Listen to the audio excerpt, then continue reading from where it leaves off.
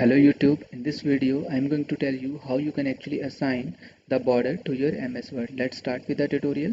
First of all, you need to open any Word file in your computer which you want to provide the border. I have already opened the Word file in your computer, you can see it. After opening the Word file in your computer, move to the menu option of your Word and select the Design tab. After clicking on the Design tab, you will move to the right side of your computer and get an option Page Border. Click on it. When you will click on a page border option, you will get a border and shading window will be open in your computer. And from this window, I am going to select the border type as a box, but you can select any border type like as a shadow, 3D, and you can also create a custom border for your Word file. After selecting the border type as a box, I will click on a OK button. When I will click on a OK button, you will see the border will be applied to my Word file.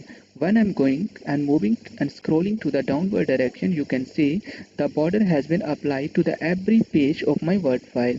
But if you want to edit the border that you have to given to your Word file, you need to click on a page border option again, and under this option you will get a style menu, and from this style option you will move and scroll to the downward direction and you will get a number of styles that you can actually assign to your borders. For your reference, I'm going to click one of the border style, that is a border style that I have to selected is a braided line, and I will click on a OK button again. Now you can see the style of border that I have provided to my Word file has been changed.